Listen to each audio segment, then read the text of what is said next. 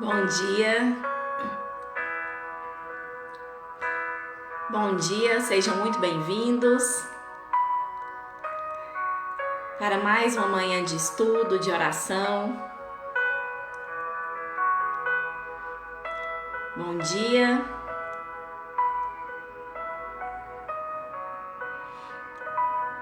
bom dia você que escolheu estar aqui conosco, bom dia Nuno, bom dia Jucimária, muito bom dia, sejam muito bem-vindos nessa manhã linda, nublada. Adoro chuva. Você também gosta de chuva? Adoro esse tempinho tranquilo, sereno. Bom dia, Lidiane. Muito bom dia. Como que tá aí em Portugal, Nuno? Como que tá o tempo? Bom dia, Maria Helena. Bom dia, Moacir. Bom dia você que escolheu estar aqui hoje, nessa manhã de quarta-feira, para mais um dia de estudo. Bom dia, mamãe. Bom dia, Bruno. Bom dia, Marta. Bom dia, Maria José. Bom dia a todos vocês que escolheram estar aqui conosco para mais uma manhã de estudo, em busca de paz, de tranquilidade. Muito bom dia! E nesse clima de paz, de tranquilidade, vamos procurar um lugar calmo, tranquilo, para vocês sentirem lá no fundo essa música que nos traz tranquilidade, nos traz paz. Vamos respirar fundo, mais de uma vez. Puxar o ar bem fundo, prestar atenção na nossa respiração. Vá para um lugar calmo, tranquilo, se possível, feche os olhos se sentir à vontade. Respire fundo mais uma vez, ouvindo lá no fundo essa música, para que possamos pedir a proteção dos nossos mentores espirituais, dos nossos anjos guardiães, aqueles que sempre nos induzem, nos intuem, nos orientam no caminho do bem, pedindo a proteção para mais um dia, que consigamos vencer todos os obstáculos que porventura surgirem. Imagine Jesus impondo as mãos sobre a sua cabeça e sob as mãos dele, das mãos dele sai um raio de luz. Imagine esse raio de luz prateado entrando pelo seu corpo, tirando da sua mente todos os pensamentos negativos. Ele vai entrando pelo seu corpo e vai irradiando amor, paz, tranquilidade. Vai tirando do seu coração toda essa angústia, esse sofrimento, essa ansiedade, esse medo, e vai entrando mais pelo seu corpo e chega até as suas pernas para te dar força para caminhar e para vencer todos os obstáculos. E ele vai entrando, essa luz vai se irradiando por todos os cômodos da sua casa, pelo seu local de trabalho. Imagine todos os seus familiares, os seus colegas de trabalho sendo irradiados por essa luz de paz, de amor e de tranquilidade. E nesse clima de paz, nós entregamos a nossa vida e todos os nossos problemas nas mãos de Jesus, para que Ele nos oriente, nos conduza e nos intua. Que assim seja. Nesse clima de paz, de tranquilidade, bom dia Carla, bom dia Ellen, bom dia a todos aqueles que chegaram depois, sejam muito bem-vindos. Hoje nós vamos estudar o capítulo 16 do Evangelho segundo o Espiritismo. Não se pode servir a Deus e a Mamon. Então um jovem se aproximou dele e lhe disse: Bom mestre, o que é preciso que eu faça para adquirir a vida eterna? Jesus lhe respondeu: Por que me chamais bom? Só Deus é bom. Se quereis entrar na vida, guardai os mandamentos. Quais mandamentos? Disse-lhe, Jesus lhe disse, não matareis, não cometereis adultério, não furtareis, não direis falso testemunho, honrai a vosso pai e a vossa mãe, e amais o próximo como a vós mesmos. O jovem lhe respondeu, tenho guardado todos esses mandamentos desde a minha juventude. Que me falta ainda? Jesus lhe disse, se quereis ser perfeito, ide, vendei o que tendes e dai aos pobres, e tereis um tesouro no céu. Depois, vinde e me segui. O jovem, ouvindo essas palavras, foi-se embora muito triste, porque tinha grandes bens. E Jesus disse aos seus discípulos, em verdade vos digo, que é bem difícil que um rico entre no reino dos céus. Digo-vos ainda mais, é mais fácil um camelo passar pelo buraco de uma agulha do que o rico entrar no reino dos céus. Esses são passagens dos capítulos dos evangelhos de São Mateus, São Lucas e São Marcos. Primeira informação importante acerca desse capítulo é sobre o título. O título, não se pode servir a Deus e a Mamon. Aí a gente fica se perguntando, mas o que é Mamon? Essa palavra não é do nosso cotidiano. Mamon significa dinheiro, significa o império das coisas materiais, dos prazeres desequilibrados. E quando ele diz que não podemos servir a Deus e a Mamon, ele quer dizer que nós não podemos viver simultaneamente, fascinados pelas coisas materiais e comprometidos com a salvação do espírito. Aí lá nessa passagem que nós lemos, o jovem pergunta a Jesus, o que é preciso fazer para adquirir a vida eterna? E Jesus lhe responde, primeiro, observe os mandamentos. Nós já sabemos, não matareis, não furtareis, amais ao próximo como a si mesmo, honrai pai e mãe.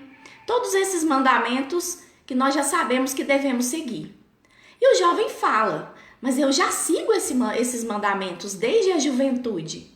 Então Jesus fala a segunda orientação. Ele fala para ele desfazer dos bens materiais dele, doar aos pobres e segui-lo. E aí a gente se assusta, como o jovem se assustou naquela época, nessa parábola. Ele foi embora chateado, porque ele teria que se desfazer de todos os bens materiais, e ele tinha grandes bens. Então a gente fica pensando, por que Jesus deu essa orientação a esse jovem? Será que nós temos que ser pobres financeiramente para nós entrarmos no reino dos céus? Será que essa é a única condição? E a resposta é não. Jesus aconselhou esse jovem a se desfazer dos bens materiais, porque certamente essa fortuna era utilizada somente em proveito próprio e o aprisionava. Esse apego aos bens materiais é um empecilho para o progresso espiritual, porque a verdadeira riqueza é a do espírito. Então essa riqueza, a riqueza em si, ela não é condenável. Mas quando ela se torna um empecilho, ela dificulta o nosso progresso por causa do nosso apego a essa riqueza, a esse dinheiro, aí sim ela é prejudicial. E esse apego torna-se um obstáculo à salvação, ao que nós almejamos, que é essa busca de evolução, de melhoramento. Então Jesus nos ensina que para obtermos a salvação, nós devemos nos despojarmos, doarmos, ficarmos livres de todos os bens materiais? Você acha que é isso mesmo que Jesus quis nos orientar com essa passagem do Evangelho? E eu te digo que não. Mais uma vez, Jesus nos ensina o desapego dos bens materiais, mostrando-nos que nada na vida é mais importante do que a busca das coisas espirituais, em detrimento dos bens terrenos. Os bens materiais são os meios para nós conseguirmos o fim, que é essa busca do melhoramento da vida espiritual. Esses bens materiais, eles não podem ser obstáculos, eles não podem nos impedir a esse progresso. E a riqueza, então, ela é uma prova. Assim como a pobreza é uma prova. E a riqueza é uma prova difícil. Muitas vezes a gente acha que a riqueza, nossa, é bom demais. Bom dia, Uriel. Que maravilha você por aqui. Seja bem-vindo. Então, a riqueza, muitas vezes a gente acha que são só benesses, são só benefícios à nossa vida. Mas a riqueza, muitas vezes, é muito mais perigosa do que a pobreza. Porque por causa dos seus arrastamentos, por causa das suas tentações e da fascinação que ela concede a nós. Muitas vezes a gente fica fascinado com o que o dinheiro pode proporcionar, com as viagens, com as festas, com o luxo, com o que o dinheiro pode nos trazer. E esse dinheiro, dado a uma pessoa despreparada, ele traz muitas vezes poder. E essa pessoa, se ela não estiver preparada, se ela não tiver valores éticos, morais, uma base sólida, ela pode trazer um estrago e causar danos a muita gente, a própria pessoa e as outras ao seu redor. É o que nós vemos com os políticos, com aqueles que conseguem o poder, mas que não estão preparados porque não têm valores éticos, morais, não sabem aproveitar os seus dons. Isso mesmo, Uriel, fazer bom uso dos dons recebidos. Deus nos concede os dons e a riqueza é um dom que nós devemos utilizar no nosso proveito e em proveito do próximo. É um laço poderoso que nos liga à terra e pode prejudicar a nossa evolução, porque afasta os nossos pensamentos a Deus quando a pessoa fica presa, apegada a esses bens materiais. Muitas vezes aquele que passa da miséria muito depressa à riqueza, ele esquece facilmente da miséria, daquelas pessoas que o ajudaram, da sua origem, da sua família. Ele muda os seus conceitos. Por isso, o perigo dessa prova que é a riqueza. E o fato de a riqueza tornar o caminho difícil não torna impossível, de forma nenhuma. Um exemplo que eu gostaria de trazer para vocês é do Bill Gates. Muitas pessoas aqui devem conhecer aquele fundador, o criador da Microsoft. O Bill Gates é um dos homens mais ricos do planeta. A sua fortuna é maior do que o PIB, do que o Produto Interno Bruto de muitos países. Então ele é mais rico do que muitos países. Se ele gastar 1 milhão por dia, ele vai demorar 285 anos para gastar a fortuna dele. E nem por isso ele é avarento.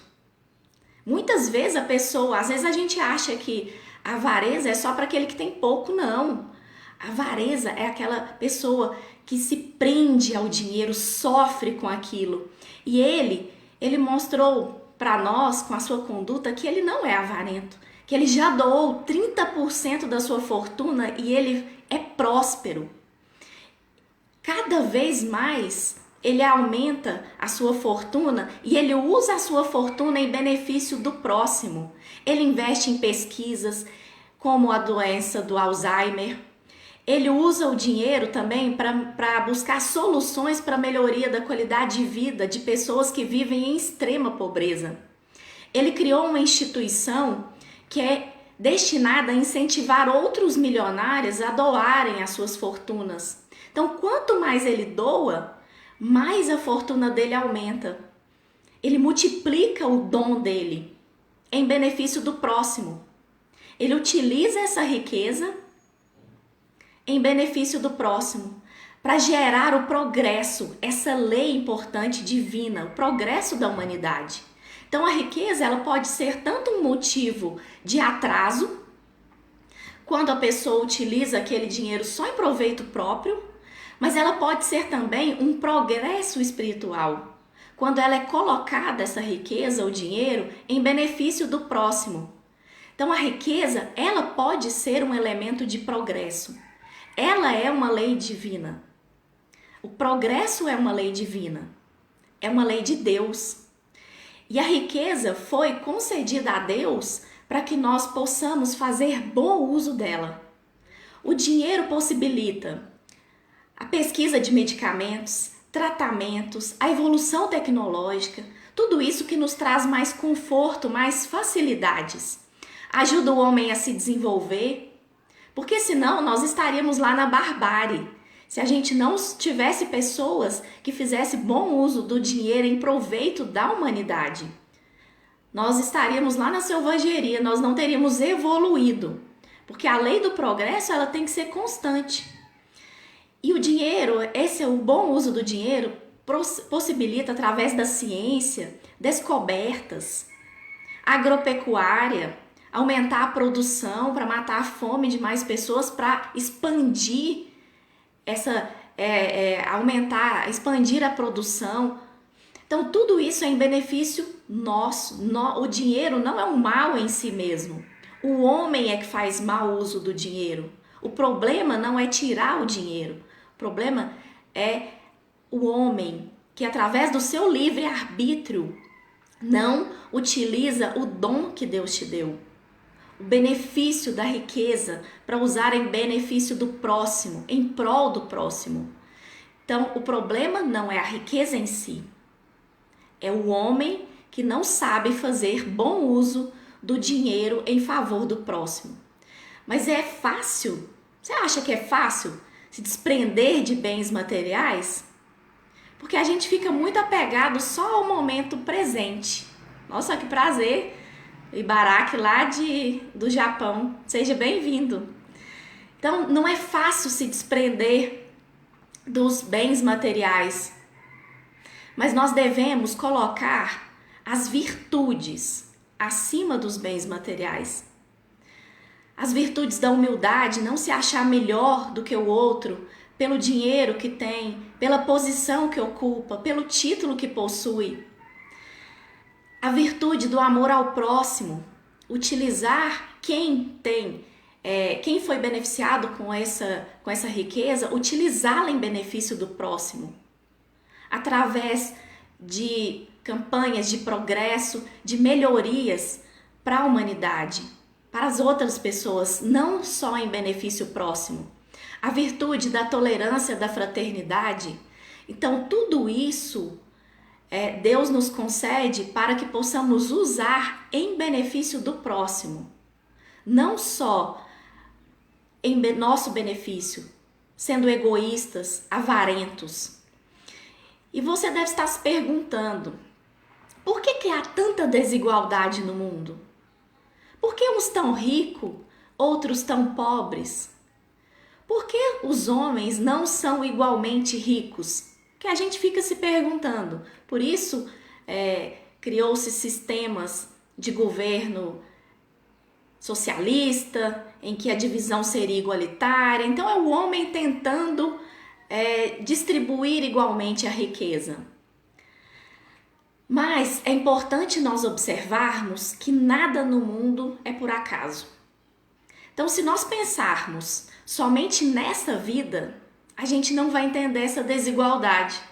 Nós precisamos entender a pluralidade de existências. E essa resposta é simples. Quando a gente pensa que os homens não são igualmente inteligentes, ativos, laboriosos, nem moderados e previdentes para conservar a riqueza. A prova disso que eu estou falando esses dias eu vi uma reportagem dos ganhadores da Mega Sena. Quando a pessoa não está preparada para possuir aquele dinheiro, no instante ela perde aquilo tudo, porque ela não sabe fazer bom proveito daquele dinheiro. E essa reportagem mostrou que grande parte dos milionários da Mega Sena agora estão de volta na pobreza, porque não souberam investir. Gastaram tudo em festas, mulheres e com coisas mundanas. Porque não souberam aproveitar o dom que Deus deu. Então, não adianta distribuir igualmente a riqueza entre todos. Além disso, se a fortuna fosse igualmente distribuída entre todos, seria dada uma parte mínima a cada um. Insuficiente, às vezes só daria para manutenção daquelas pessoas. E isso rapidamente estaria dissolvida a igualdade, por causa justamente dessa diferença de aptidão entre as pessoas, porque as pessoas não são iguais. Muitas são prósperas, mas outras não. Não sabem usar o livre-arbítrio, não sabem usar a inteligência. Então, se cada um tivesse apenas do que viver, também não seria útil ao progresso da humanidade, do bem-estar da humanidade. E se todos fossem ricos, seria o aniquilamento da lei do trabalho, que é outra lei divina que nos move, que nos rege, que é tão importante essa busca, esse objetivo de vida através do trabalho, servir através do trabalho. Então, se Deus concentra em certos pontos, é porque daí, desses pontos, vai se derramar. A pessoa gera emprego, cria uma fábrica, gera emprego. Então, o dinheiro se expandindo e gerando prosperidade para outras pessoas. Então, nada é por acaso. Deus tem em mente que Deus é justo, bom e misericordioso. E essa fortuna, ela gira. Quando a gente pensa na vida, na pluralidade de existências, a gente não pensa somente nessa encarnação em que estamos aqui, a gente vê que a roda gira. E da mesma forma que Jesus nos concede a riqueza numa encarnação, se não fizermos bom uso desse dinheiro, ele nos tira. Quantas vezes nós vemos a pessoa de um dia para a noite perder tudo, porque não fez bom uso, porque não multiplicou os seus dons, não expandiu esse dinheiro às outras pessoas. Então isso nos mostra a importância de utilizarmos o nosso livre-arbítrio, os nossos dons, da multiplicação dos nossos dons, da nossa inteligência que Deus nos deu, e não nos revoltarmos, porque tudo tem uma razão de ser. E a fortuna, ela é um meio de provar, de prova, de verificar se nós vamos fazer bom uso dessa riqueza em prol do próximo. É uma prova difícil, muito difícil, que é concedida a alguns em detrimento dos outros. Mas esses alguns, essa fortuna, ela é deslocada.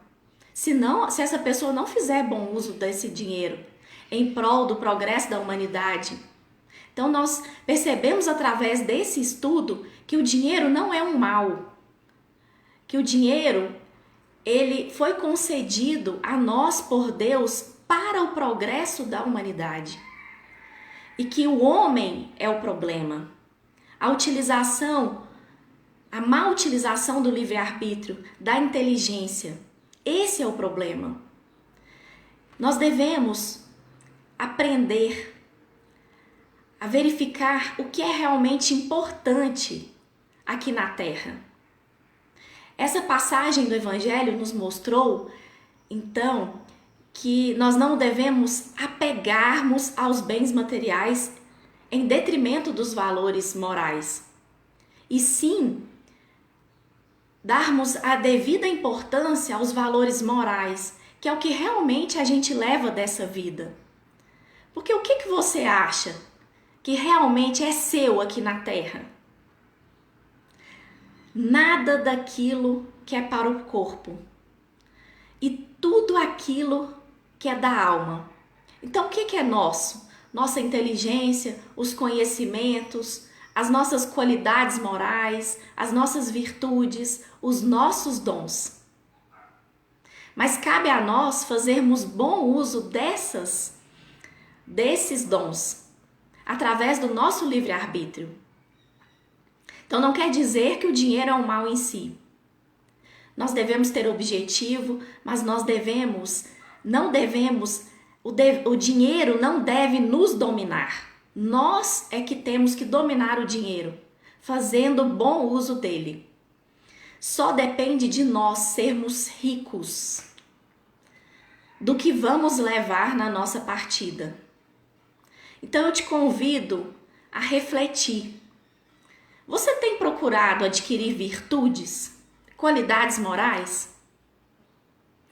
Você que não tem o dinheiro, às vezes não tem dinheiro mesmo em espécie, riqueza material, você tem dado valor aos seus talentos? Porque todos nós temos talentos. Um tem talento para cozinhar, outro tem talento para cuidar do próximo, outro tem talento para ouvir. Você tem dado o devido valor aos seus talentos, ao talento que Deus te deu? Ninguém é bom em tudo, mas cada um é bom em alguma coisa. Então vamos valorizar e vamos refletir acerca do que é realmente importante na nossa vida. Qual que é o nosso propósito aqui? Adquirir bens materiais? Buscar sempre essa busca incessante pela felicidade através do dinheiro? Então tudo isso, esse estudo nos leva a refletir e a ver o que é realmente importante em nossa vida. A buscar sempre os ensinamentos de Jesus através da aquisição de virtudes, dos ensinos morais, éticos, da paciência, da benevolência, do amor ao próximo, da caridade, não só a caridade material, mas a caridade moral. Porque a caridade material, a doação de cesta é importante, mas a gente tem que ajudar a pessoa a caminhar com as próprias pernas, a fazer uso dos dons que Deus deu a ela, para que ela possa multiplicá-los. Essa é a importância do estudo de hoje. É o que eu deixo de reflexão. Verifique, você está dando mais valor aos bens materiais do que aos valores morais? Pensa, reflita. Não é só a gente rica que é milionária e que dá valor é excessivamente apegado a valores materiais, não. Tem muito pobre avarento. Muito pobre financeiramente, avarento, egoísta e que não dá a devida atenção aos valores morais. Isso mesmo, nós devemos trocar o ter pelo ser. Buscar o ser melhor. Então, essa é a mensagem de hoje. E nesse momento de reflexão, nós vamos encerrar com mais uma prece, sentindo lá no fundo essa música que nos toca, que nos traz paz, que nos leva a refletir mais uma vez os ensinamentos de Jesus, os ensinamentos de amor ao próximo, de desapego aos bens materiais, de aquisição e valoração das virtudes morais, ético, probo. Nós devemos ser pacientes, tolerantes, fraternos, amar ao próximo, cuidar de nós mesmos, mas sempre olhando o nosso próximo, deixando de ser maledicentes, egoístas, avarentos. E agradecendo mais uma vez pela oportunidade de ouvir os ensinamentos de Jesus Cristo nessa manhã linda de quarta-feira e colocando mais uma vez a nossa vida nas mãos do Senhor, sempre buscando forças para seguir, para enfrentar todos os obstáculos que porventura surgirem com determinação, com foco e com fé. Que vocês tenham uma semana de muita paz, de muita tranquilidade, de muita alegria Fiquem com Deus.